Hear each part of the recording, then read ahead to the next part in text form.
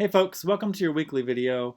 So your Essay 2 draft on a TV show, right? TV studies is due this weekend. And you also have a discussion where you develop and tease out your counter argument and your title, and you discuss and give your response or reaction to our new reading this week, Ellis 2014 on Game of Thrones, right? And you don't have to have seen the show. Ellis describes some scenes rather clearly, right? So this is a good example of, in your own TV studies essay where you're analyzing a show, you're doing a range of describing a scene, quoting dialogue, right, and analyzing and breaking things down. So I think this is a really good, achievable example here with Ellis 2014. It has a very provocative title. I'm not going to read it. So take a look at that. And part of the discussion is, what do you think of Ellis's argument? Do you agree? Do you disagree? I think a great way to work for this paper. Let me sort of show you sort of visually how you can work here. Is a great way is to take an idea or a concept developed by someone else, a researcher, a respectable author, a reliable source, not some random from the internet, and to take that idea and to apply it to a new TV show, right? So let's take a look at this idea of, Ellis is making this really interesting point about Game of Thrones, that in general, TV shows, right, when they portray disability, they portray it in a very limited way, right? Ellis is arguing that characters with a disability on TV are not portrayed as normal, everyday people. They're portrayed as one of three things. Either they're superheroes, they're villains, or they're victims, right? They're tragic victims, okay? And I think that's a really interesting theory. So I might take Ellis's idea, right? Describe it in my, first page of my paper, according to Ellis 2014. Here's her ideas, thoughts, right? Quoting, summarizing her. That's my first page. And then, right, I can agree with that and then apply it to a new show, right? She's talking about Game of Thrones. So we've looked at this before in some of our assignments. This is just, think of this as, this is critical thinking. This is higher level thinking made visual, right? So I just want to sort of take a moment to go through what I mean here. So folks, for this paper, for all of our work in this class, you need to go beyond just remembering and understanding, okay? So you need to go beyond recalling basic facts from our readings, like on propaganda, or disability as portrayed on TV, or our reading on Law and Order and policing on TV, right? That's just remembering and understanding.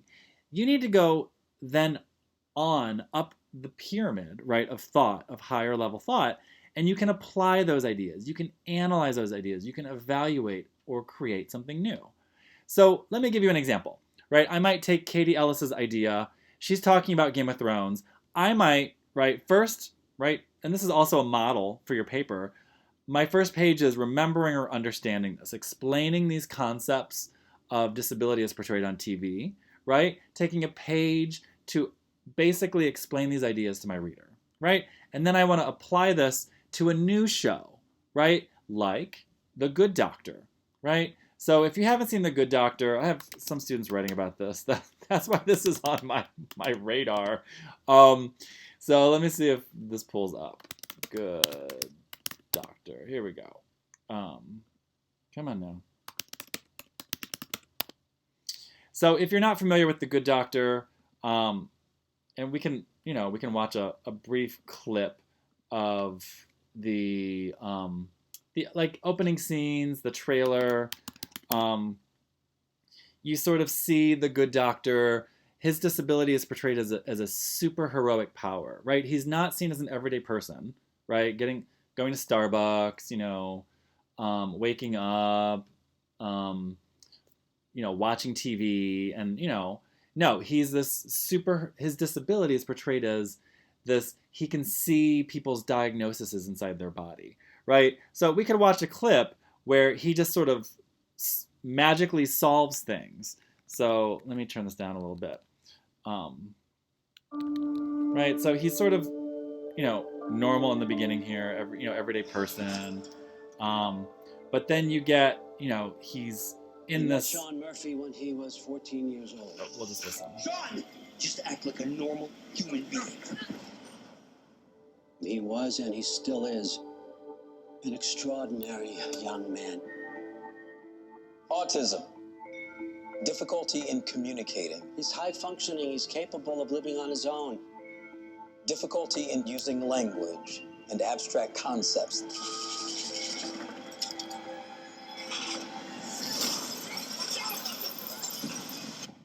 Does it sound like I'm describing a surgeon?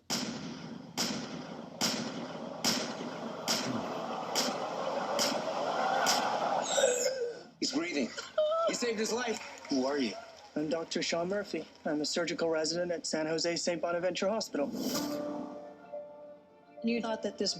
Right, so, that's just a minute. And so, as you can see, this TV show is, calling him extraordinary, super heroic. So, this, trailer, right, of The Good Doctor would seem to confirm Ellis's theory, her concept, her idea, that when disability is portrayed on TV, it's tend to portrayed as a superhero or as tragic or as villainous, right? So I think this show actually sort of vindicates her theory. So that's what I'm talking about. Like, take a really interesting idea or an insight or a theory and apply it to a new situation. Apply it in a new way, right? This theory has not been applied to this show before. So some of us are struggling with coming up with an original idea. Find a critic, an author, a researcher with an idea and apply it to a new situation, a new context. That's a really great way to work. And as you can see, right, from our higher level thinking, right, diagram, it's, right, you're applying ideas. That is higher level thinking. You're applying something in a new way, right? You can also analyze. You can draw connections among ideas. You can justify a stand. So let me give some examples of these other ways of working. So we've looked at propaganda a little bit, right? So I could apply, the idea about propaganda to other shows, right? So we read about Law and Order and propaganda, right? So now I might make connections between, okay, well, Law and Order is like an adult police procedural. Let me make connections between, that and maybe a kid's show, right? And look at propaganda, right? And draw connections between like an adult show and a kid's show, right? So, indeed, we have Paw Patrol, which are, little puppy cops, right? Well, one's a cop, one's a, emergency, EMT, right? They're all sort of different professions. But, right, there's this look of them as solving crime, right? Helping their community. So watch this clip on, Paw Patrol. And again, right, we've looked at propaganda on an adult, police procedural crime show, right? Law and Order, right? Special Victims Unit. But look at it, right, on a kid's show. Mission is to identify and stop the suspect. The thieves must have used the key to break in, then used a vehicle to take the loot. So whoever has the key must be communicating with whoever's driving our rigs. Let's see if we can listen in. Pyromobiles, meet me at me secret point outside of town. That's Sid Swashbuckle. Arr! This way! We can still get away! You're just gonna slow us down, Krabby! So I just want to freeze here, right? So part of your job with this paper is you're analyzing, you're breaking down a TV show, right? I could focus on just this scene. Ideally, you're looking at a season, right? To get all the data, you need to collect it from a season to see how something plays out, right? I don't want to force my views on propaganda on this show, so I need to be honest with the show and watch a season and really just look at the data. Is this show propaganda? Is it not? Right? So I'm looking at this scene. I've looked at a whole season. I think it is. I have evidence that it is, right? And you're like, okay, well, what's propaganda, right? So again, I'm on, Google Scholar, right? Fact-checked articles, peer-reviewed articles, right? And folks, just as a little aside, you can see here, this article is free because it says HTML. This one says PDF. So when you see like nothing next to an article, this means you really can't get these, right?